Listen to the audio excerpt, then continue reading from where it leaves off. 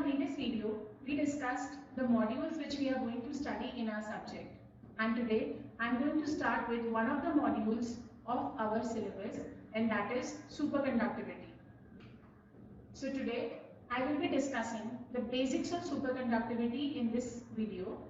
Also, I will be briefing you about some properties of superconductors. So let's start. Today is an era of electricity. We use electricity in all our daily needs, be it going to office or our school and colleges, educational institutes, restaurants, hospitals, everywhere electricity is used. Coming on to our home, wherein these are some appliances we use daily, like air conditioner, television, laptop, PCs, all of them work on electricity. On analyzing these electronic devices, it is found that if you use it for a longer time, it generates heat, or heat is generated while we use these appliances. Have you ever thought, what is behind this heat? Let's take a look at a brief circuit. In this circuit, we have a small battery, wherein there is a connector which is lighting this bulb.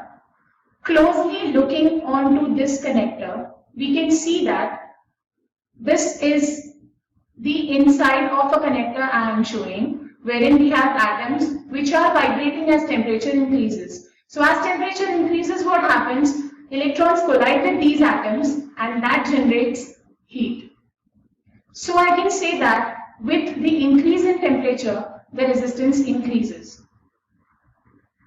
If we talk about the electricity generation process, starting from the source of electricity to the transmission lines, to the distribution grid coming on to our home, almost annually, if you consider, 20% of electricity is wasted. Why is this wasted? Because of the resistance which is present in the connectors. So keeping all this in mind, in the year 1911, a Dutch physicist whose name is Heike Kamerlingh-Onnes, he proposed a concept wherein resistance is reduced at lower temperatures. So he defined superconductivity as a phenomena in which resistance completely vanishes and magnetic field is expelled, or you can say repelled. He observed this effect in mercury at a temperature 4.2 Kelvin. What actually happens when you lower the temperature? So just look at the circuit again, but there's a slight difference here. Here we have cooled down the connector. So now let's see what happens on cooling the connector. When you cool down the entire system, the atoms become stable, there is less vibration, which makes electron flow comparatively easier. So you can say that as temperature reduces, there is a reduce in or a decrease in resistance. And this is known as the phase of superconductivity. This is just a temperature scale which I am going to discuss.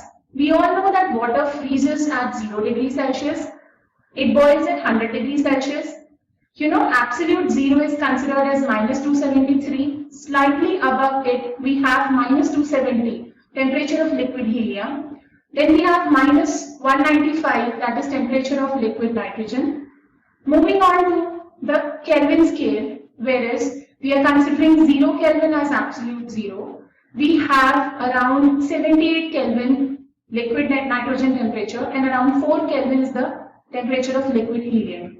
So liquid helium and liquid nitrogen are used to achieve very, very low temperatures. So these are the materials which are used to achieve superconductivity. Hence, we define superconductivity as it is the phenomenon which is observed in certain metals, alloys, or ceramics, where when they conduct electricity without resistance, when they are cooled down below a certain temperature called critical temperature.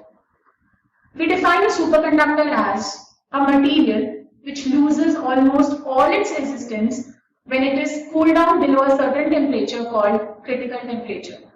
So in both these definitions, we have used the term critical temperature. Let us see what exactly critical temperature is. So here what I have done is I have plotted resistivity on the y-axis and temperature in Kelvin on the x-axis.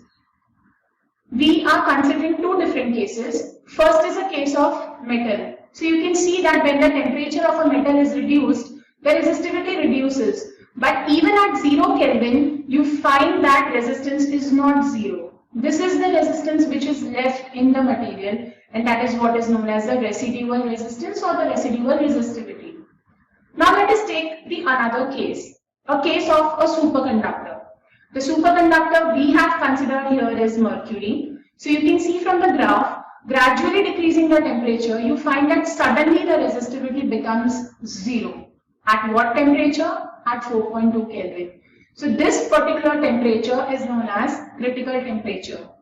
Hence, we define critical temperature as the temperature at which a material's resistance reduces to almost 0. This is the definition of critical temperature.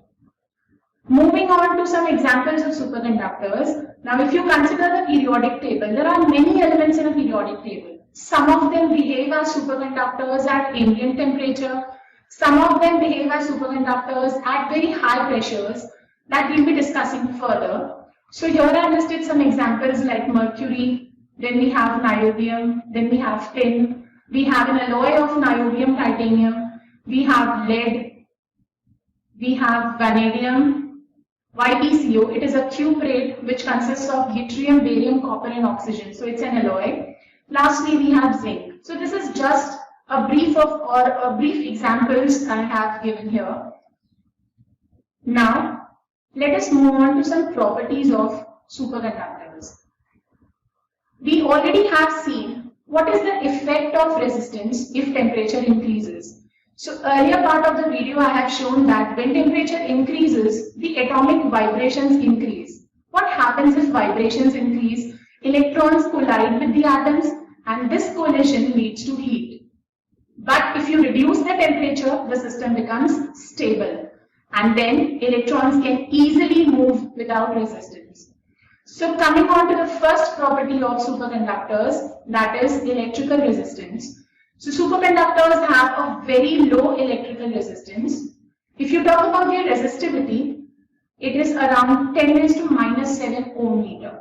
So it is almost close to 0 because 0 is an ideal condition which can never be achieved. But this resistance which a superconductor has is comparatively negligible. Coming on to the next property, that is effect of impurities. Now suppose I say that there is an impure material. I will give you an example of mercury.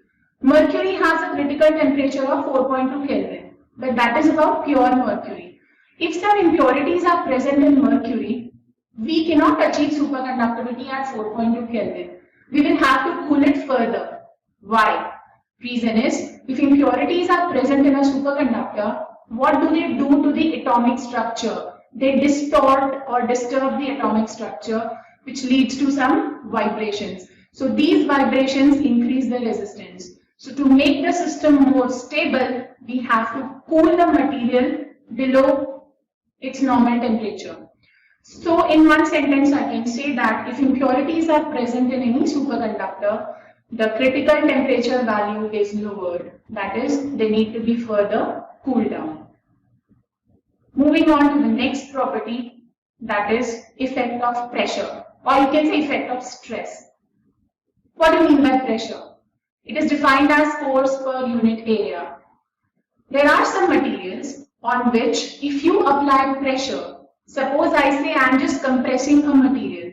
What happens if I apply pressure or I compress the material? All the atoms try to come closer to each other. So there is less space for the atoms to vibrate. Simultaneously, if you reduce the temperature, what will happen? The system becomes more stable and electrons can flow easily. So there are some materials which under very high pressure and at very low temperatures can behave as superconductors. I will give you an example of cesium, which under a pressure of 110 kilobar, that is a very high pressure, and 1.5 Kelvin, it can achieve superconductivity.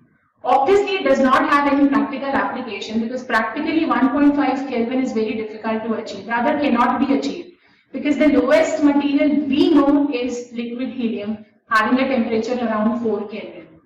So this is just an example that materials under pressure can behave as superconductors. Coming on to the next property, that is isotopic effect. What are isotopes? They are materials which have same atomic number but different atomic mass. Now why atomic mass varies? Because the number of neutrons vary. There is a relation of this atomic mass and critical temperature. You can say that this isotopic mass varies with respect to temperature, and their relation is given by the equation Tc, that is critical temperature, is proportional to 1 upon n raised to alpha, where n is known as the isotopic mass and alpha is known as the isotopic constant. The value of this constant is generally taken as 0.5. So I can say the equation is Tc is proportional to 1 under root of 1 by n. This was just a glimpse of some properties. Hope you have understood this topic, the topics covered in this video well. I will be continuing with the remaining properties in my coming video. Till then, take care. Thank you.